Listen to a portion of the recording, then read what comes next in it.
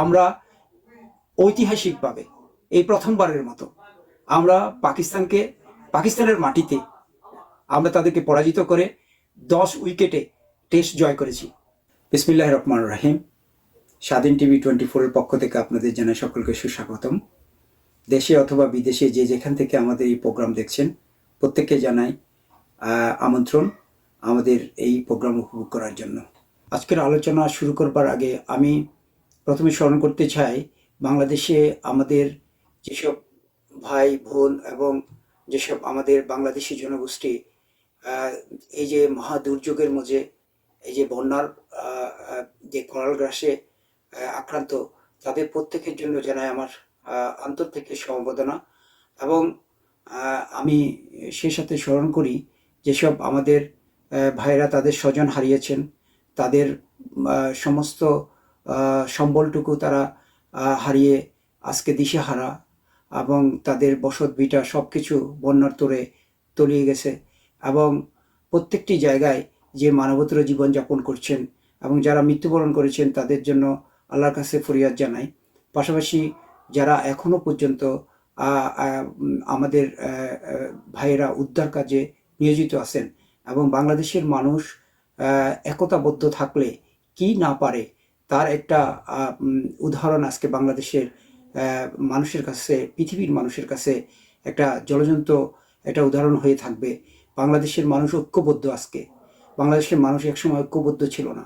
আজকে বাংলাদেশের মানুষ প্রত্যেকটি অঞ্চলে, প্রত্যেকটি জায়গায় যেভাবে ঐক্যবদ্ধ হয়েছেন, যেভাবে শিশু থেকে, যেভাবে ছাত্র সমাজ, যেভাবে চাকুরিজীবী, যেভাবে বিদেশি প্রবাসী, প্রত্যেকটি অঞ্চল থেকে যেভাবে বাংলাদেশের মানুষ ঐক্যবদ্ধভাবে, এবং আমি বলতে পারি যে বাংলাদেশের মানুষের যেই বাংলাদেশের নতুন স্বাধীনতার যে ঐক্য এক বন্ধন সৃষ্টি হয়েছে, এটা অভূতপূর্ব। এটার আসলে এটার বর্ণনা করে শেষ করা যাবে না। বাংলাদেশের আপামর জনসাধারণ টেকনাফ থেকে তেঁতুলিয়া পর্যন্ত যে যেখানে আছে, যার যে সামর্থ্য আছে, যে যেখান থেকে পারছে, সবাই সবার জন্য সহযোগিতা করার জন্য সবাই এগিয়ে আসছে। আমি খুব দেখতে খুব ভালো লাগছে যে বাংলাদেশের সরকার থাকার পরেও বাংলাদেশের সেনাবাহিনী থাকার যেই প্রচেষ্টা চালিয়ে যাচ্ছে, বাংলাদেশের নৌবাহিনী যে প্রচেষ্টা চালিয়ে যাচ্ছে, বাংলাদেশের আপামর জনসাধারণ পাশাপাশি এই যে আমাদের যে সরকারি যে জনবল বা শক্তি আছেন তারা যেভাবে কাজ করে যাচ্ছে, এটা অভূতপূর্ব। এবং তার পাশাপাশি সাধারণ মানুষ যেভাবে জাগ্রত হয়েছে, টিএসসিতে আমরা যেটা দেখেছি অভূতপূর্ব। আমার জীবনে আমি মনে হয় এরকম অভূতপূর্ব সারা দেখতে পাইনি। আমি খুবই আবেগ আপ্লুত হয়ে যাচ্ছি যখন বাংলাদেশের মানুষ এই আমাদের নতুন নতুন স্বাধীনতায় বাংলাদেশের মানুষ যখন ঐক্যবদ্ধভাবে আমাদের দেশকে, আমাদের দুর্যোগকে মোকাবেলা করে বাংলাদেশের মানুষকে আবার নতুন পথ বা নতুন আলোকবর্তিকা দিকে এগিয়ে যাচ্ছেন, তখনকার সময়ে আমরা খেয়াল করি যে এই প্রতিবেশী দেশ আমাদের ভারত আমাদেরকে কোনো রকম সহানুভূতি তো দেয়নি, এবং আমাদের যে বন্যার পানি আমাদের মাঝে প্লাবন দিয়ে গেলেন, সেটার আজীবন মানুষ মনে রাখবেন যে দুঃসময়ে একটা প্রতিবেশী দেশকে আমরা পাশে চাই, সেই প্রতিবেশী দেশ পাশে না থেকে আরও আমাদেরকে কীরকম একটা দুর্যোগের মাঝে আমাদের সারা বাংলাদেশের মানুষকে দুর্যোগপূর্ণ পরিস্থিতির মধ্যে ফেলে দিয়েছেন। এবং আমাদের যে পরাজিত শক্তি ভারতের দোসর আওয়ামী লীগ, তাদের থেকে আমরা কোনো কিছু এই দেশের মানুষ আশা করে না, এবং তারা এখনো পর্যন্ত ষড়যন্ত্র চালিয়ে যাচ্ছেন।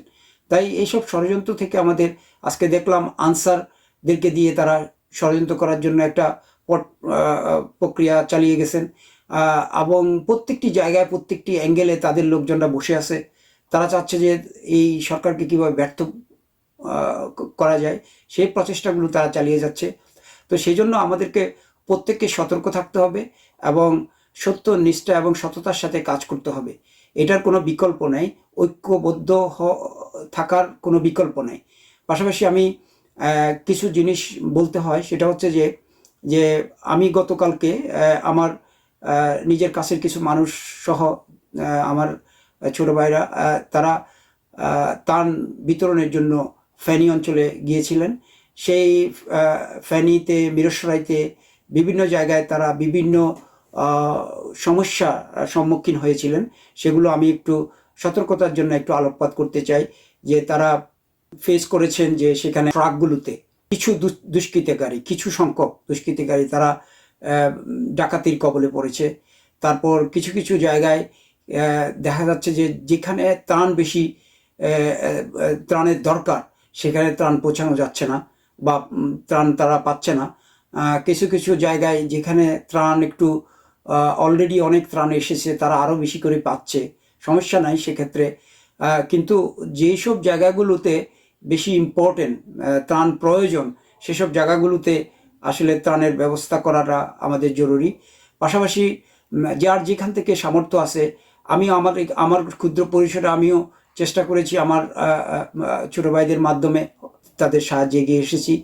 পাশাপাশি আপনারা যে যেখান থেকে আসেন, সবাই যার যার সামর্থ্য অনুযায়ী, অল্প সামর্থ্য অনুযায়ী, খুবই অভূতপূর্ব টিএসসি চত্বর দেখলাম যে মায়ের অনেক দিনের জমানো টাকা তারা ব্যাংক তাদের কাছে নিয়ে এসেছেন।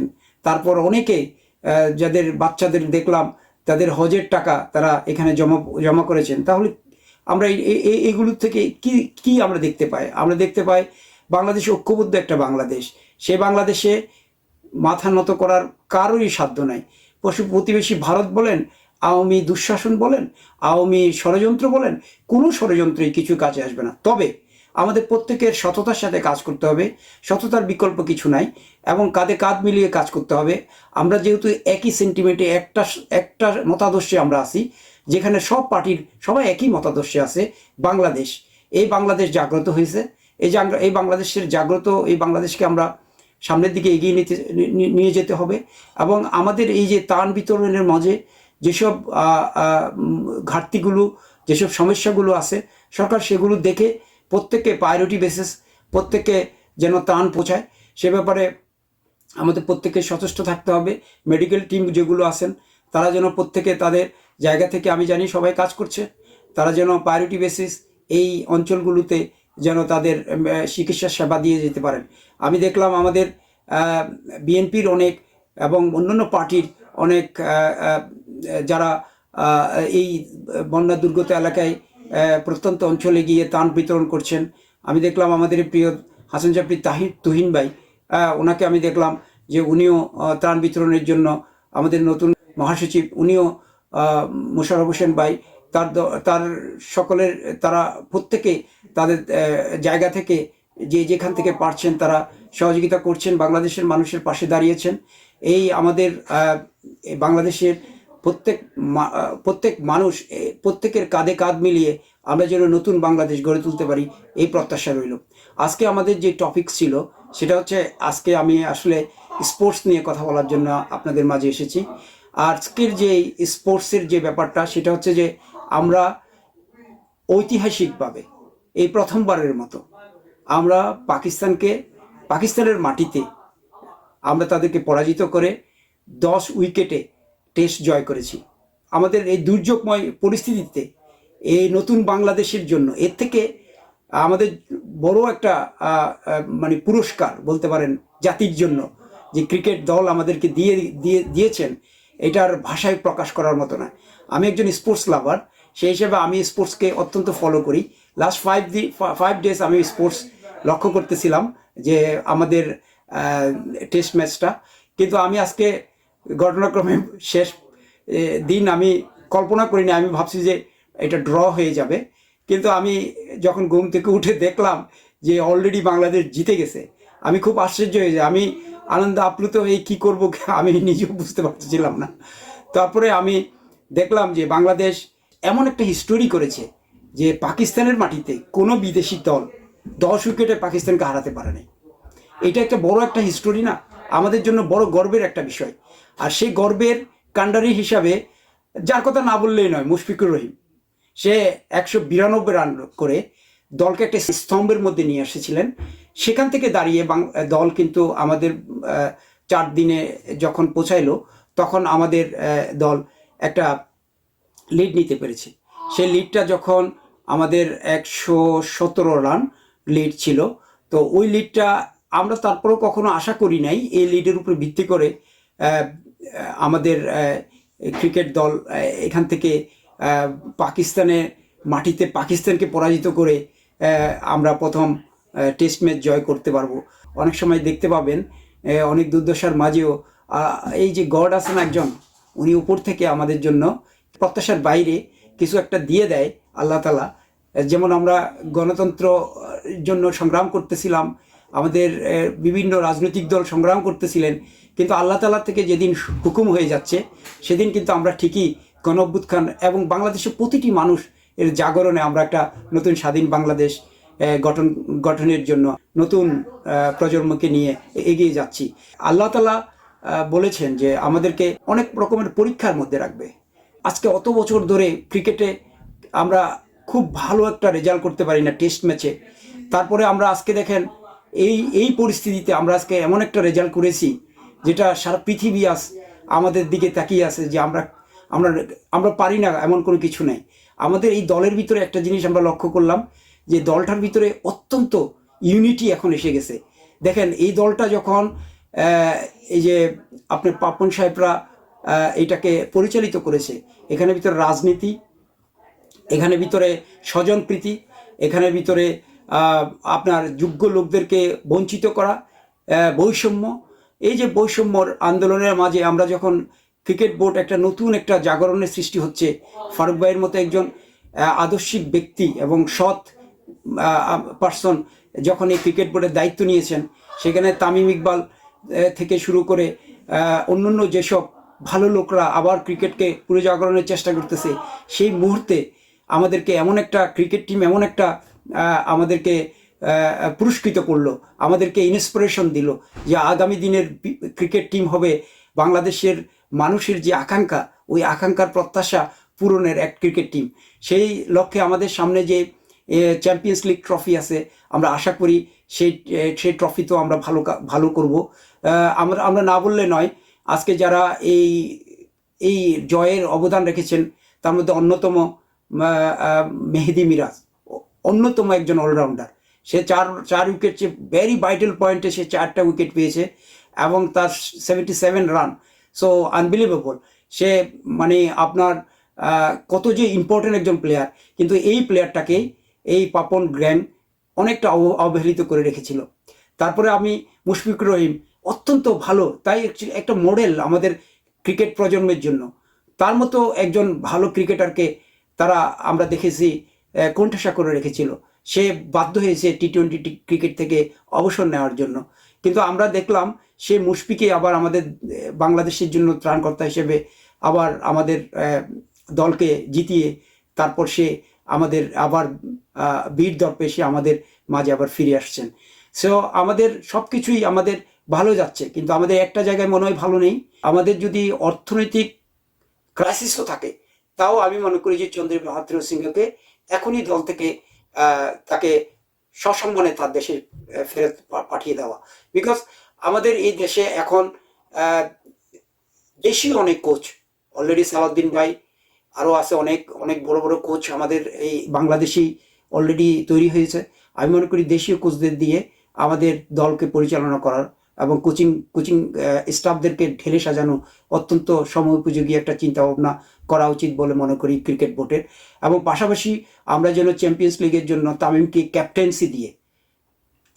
ক্যাপ্টেন্সি আবার ফিরিয়ে দিয়ে তামিমকে প্রতিটি সিকিউরিটি ক্রিকেট সিস্টেমের ভিতরে নিয়ে এসে তাকে তার অবদান রাখার জন্য, তার মেধাকে কাজে লাগানোর জন্য, অন্যান্য আরও যারা আছে প্রত্যেকের মেধাকে কাজে লাগানোর জন্য আমি ক্রিকেট বোর্ডের কাছে আকুল আবেদন জানাই। পাশাপাশি সাকিবুল হাসান, তাকে আমরা দাম্ভিকতা, অহংকার, তারপর আরও অনেক রকমের তার ব্যক্তিগত আচরণের কারণে সে অ্যাকচুয়ালি বাংলাদেশের মানুষের কাছে তেমন একটা মনিকোটায় নাই, কিন্তু তারপরেও সে একজন ওয়ার্ল্ডের একজন শ্রেষ্ঠ অলরাউন্ডার। তাকে আমরা আসলে এ পর্যায়ে সে যদি অন্যায় করে থাকে তার বিচার হবে, কিন্তু পাশাপাশি তাকে আমরা ক্রিকেটে তার যে জ্ঞান, তার যে মেধা, এগুলোর জন্য আমরা ইউটিলাইজ করতে পারি, সেদিকেও আমাদের লক্ষ্য রাখতে হবে। তাকে ডিমোরাইজ করা যাবে না, তাকে ইন্সপিরেশন দিয়ে আমাদের নেক্সট টেক্সট ম্যাচটা যেন আমরা জিততে পারি, সে ব্যাপারে তাকে আমরা সকলে যেন সহযোগিতা করি, এটাও সকলের কাছে আমাদের প্রত্যাশা থাকবে। পাশাপাশি আমাদের যে আজকের যে এই জয়, আমাদের ক্যাপ্টেন, আপনারা সবাই জানেন, আমাদের যারা মুক্তিকামী যুদ্ধে যে গণ অভ্যুত্থান হয়েছিল, সেই গণ অভ্যুত্থানে যেসব আমাদের জনতা, ছাত্র জনতা যারা মৃত্যুবরণ করেছে তাদের জন্য উৎসর্গ করেছেন। পাশাপাশি আমাদের এই চেতনা, এই শক্তিকে বলীয়ান করে আগামী দিনের ক্রিকেট আমরা যেন ইউনিটি নিয়ে, আমি সকল ক্রিকেট ভাই প্লেয়ার যারা আছেন প্রত্যেকের কাছে অনুরোধ করব, আমরা যেন গ্রুপিংয়ে না যাই। আমরা যারা বিভিন্ন টিমে ভাগ হয়ে এখনও খেলতেছেন তারা প্রত্যেকেই কিন্তু একসময় যোগ্যতা অনুযায়ী দলে আসবেন। এখন আর সেই ম্যানেজমেন্ট নাই যে ম্যানেজমেন্টে যোগ্যতা থাকার পরও তাকে সাইডলাইনে বসায় রাখবে, এইটা নাই। আপনারা বিশ্বাস রাখুন, আমাদের এই নতুন রিকনসিলিয়েশন যে আমাদের যে ক্রিকেট বোর্ডের মধ্যে আসতেছে এবং যে প্রশাসন কাজ করবে, সেখানে মেধার স্ফুরণ ঘটানো হবে, মেধার মাধ্যমে দলের মধ্যে জায়গা আসবে, প্রত্যেকে সেই জায়গা থেকে দলে আসতে পারবেন, এই প্রত্যাশা আমরা সকলের কাছে রাখবো। এবং পাশাপাশি প্রত্যেক প্লেয়ারদের মধ্যে আমি মনে করি যে ইউনিটি ইজ দ্য পাওয়ার। আমরা ইউনিটি থাকলে আমরা নেক্সট এনি টিম, পৃথিবীর এমন কোনো দেশ নাই যে আমরা হারাতে পারি না। আমাদের সেই শক্তি সামর্থ্য আছে, শুধুমাত্র আমাদের ইউনিটি দরকার। আমাদের ভিতরে সকলের ভিতরে দেশের প্রতি এবং দলের প্রতি যে ডেডিকেশন দেওয়ার দরকার, সেটা যদি আমরা বজায় রাখতে পারি তাহলে আমরা অচিরেই পৃথিবীর একটা বৃহত্তম ক্রিকেট শক্তি হিসাবে আমরা পরিগণিত হতে পারবো। সকলকে ধন্যবাদ জানাই। আজকের আলোচনা এখানে আমি শেষ করছি। ধন্যবাদ।